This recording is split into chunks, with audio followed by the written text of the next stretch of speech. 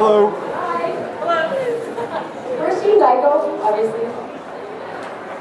We are presenting the panel Taiko the Art of Japanese Drumming at Aribashi University.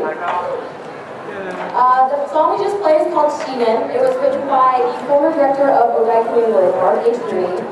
Odaiku England is our mother group. We are a new group that is formed out of them. We broke off from them in, I think it was October of last year. So this is, of course, I'm going to introduce them real quick while they're setting up. This is Tanya.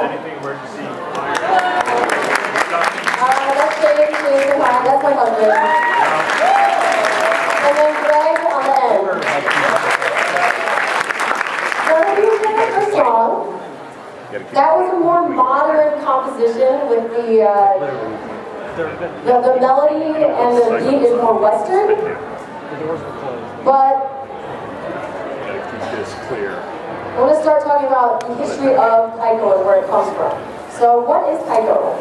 Taiko is the generic Japanese word for drum. So if you go to Japan and you're like, I play taiko, Japanese people will be like, oh, so like timpani or like snare drum or drum set. Like, it's not what you think of in America when you say I play taiko. People think Japanese drums. So the actual word for Japanese style drum is wadaiko, which is you can see the kanji on the screen. And yes, since taiko has spread beyond Japan, everywhere else in the world, if you say taiko, people will know what you mean, Japanese style drumming. But if you go to Japan, don't say taiko because they'll be like, oh, you play timpani. So, let's talk about the history of taiko. So drums have been played in Japan as around the world for thousands of years. They first originated in China and Korea. Some of our drums, we'll talk about later, the style is from more of a Chinese drum, and some of them are more Korean style.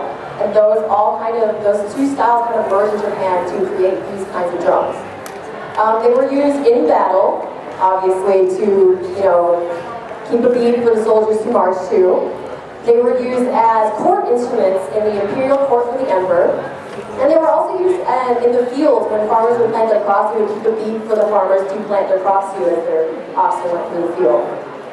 Today, the widest use of taiko is in ensemble drumming, which is what we do. It is called kumidaiko. Kumi means group, and taiko means drum.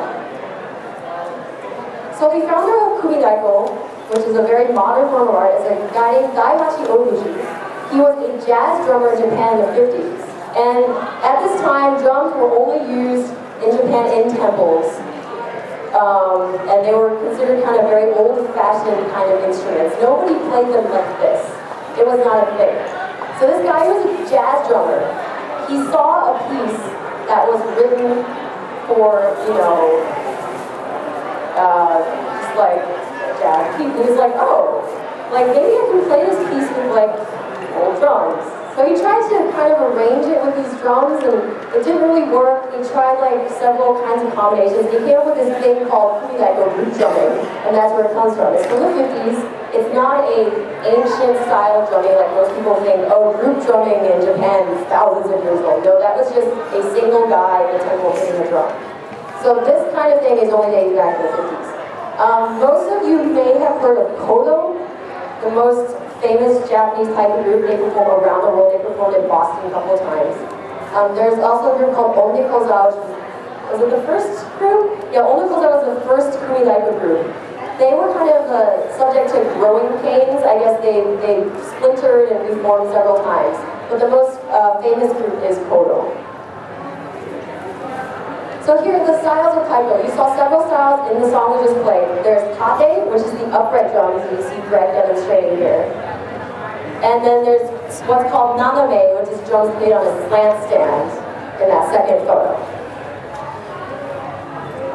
So we're going to talk about different styles of taiko. Now taiko were used in traditional festivals in the olden days. Again, it was like one person playing a drum and dancers would dance and then people would mill about in the festival.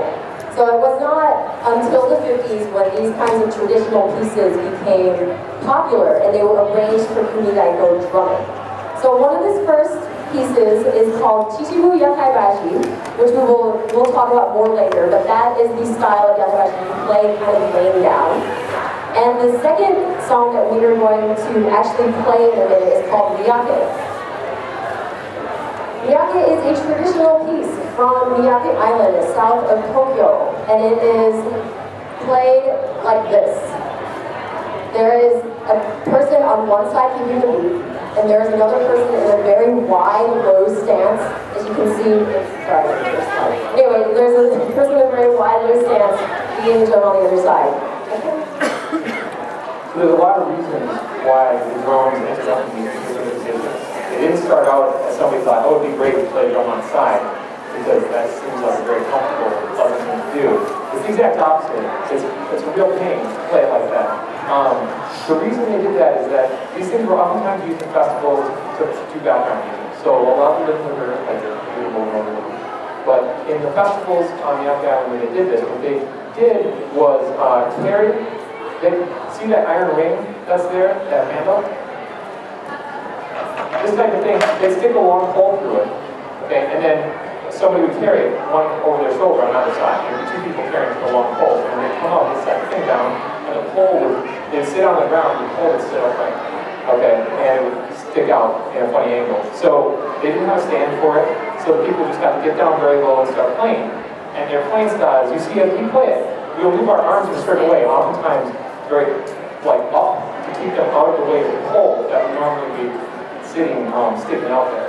So it's not really much for show, it's very kind of contorted to avoid obstacles and to deal with the training. Okay, so we're going to demonstrate the yaki for you. It is one single rhythm, and it is repeated. But you can see, different people are going to play the same rhythm, and you can see how people can switch out playing the same exact rhythm. It'll be very different.